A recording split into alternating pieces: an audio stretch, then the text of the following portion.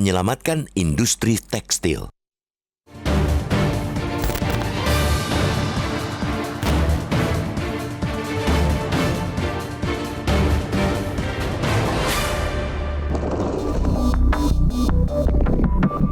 Badai yang dihadapi industri garmen dan tekstil di tanah air akhirnya mencapai kulminasi ketika salah satu perusahaan tekstil terbesar PT Sri Rejeki Isman Tbk atau Sritex resmi dinyatakan pilot oleh Pengadilan Niaga Semarang, Jawa Tengah. Perusahaan itu tak kuasa menahan beban utangnya yang mencapai 24 triliun rupiah. Disebut kulminasi karena sesungguhnya badai-badai kecil dan sedang terus menimpa sektor tersebut dalam beberapa tahun terakhir. Situasi yang dialami Sritex ialah cerminan betapa rentan dan sulitnya kondisi yang dihadapi oleh industri garmen secara keseluruhan di Indonesia. Lebih tegas lagi, pilotnya Sritex menjadi peringatan keras ambruknya sektor tekstil Indonesia. Industri garmen dan tekstil memang terus berada di bawah tekanan yang cukup hebat, baik dari faktor domestik maupun eksternal atau global. Dari dalam, mereka ditekan oleh kenaikan biaya produksi, kenaikan upah minimum, daya beli masyarakat yang terus melemah, serta sejumlah kebijakan pemerintah yang tidak pro-industrialisasi. Salah satu yang paling disorot ialah kebijakan yang cenderung membuka keran impor produk tekstil dan garmen seluas-luasnya. Ini tentu saja membuat produk-produk luar negeri dapat dengan bebas merajalela di pasar domestik. Di sisi lain, produk-produk dalam negeri terbunuh pelan-pelan lantaran tak mampu bersaing dengan produk luar, terutama dari sisi harga.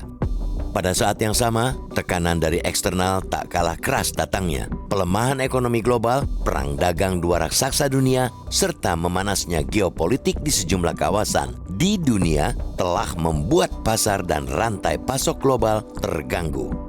Bagi industri yang memiliki ketergantungan tinggi pada pasar ekspor, itu adalah kenyataan pahit yang menambah beban tekanan mereka.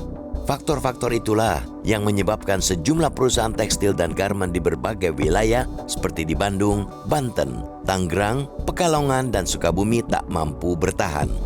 Mereka terpaksa tutup karena semakin tak kuasa menanggung tekanan.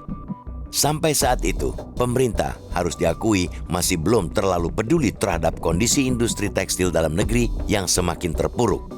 Kini, keruntuhan sudah mulai menjalar ke pemain besar. Sangat kebetulan, Sritex tumbang ketika pemerintahan Presiden Prabowo Subianto baru saja memulai kerja mereka. Karena itu, kita ingin menantang pemerintahan baru agar mereka mampu menyelesaikan persoalan di industri garmen dan tekstil itu secara holistik.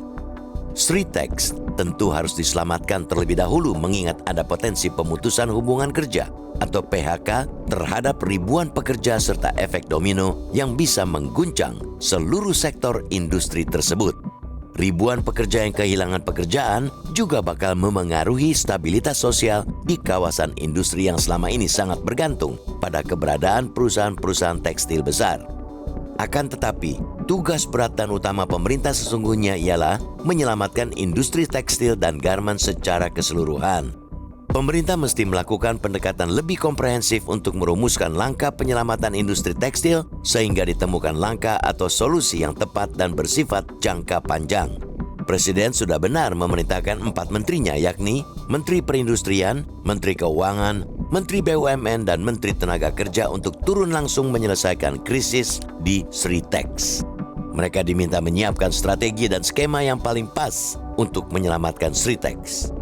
Alangkah eloknya bila kolaborasi itu diteruskan, bila perlu dilembagakan untuk membereskan segudang persoalan yang masih menggelayuti industri tekstil, serta industri-industri padat karya yang lain.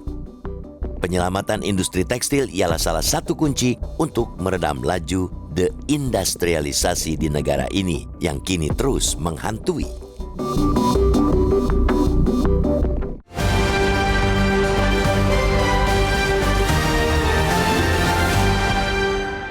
Jelajahi cara baru mendapatkan informasi. Download Metro TV Extend sekarang.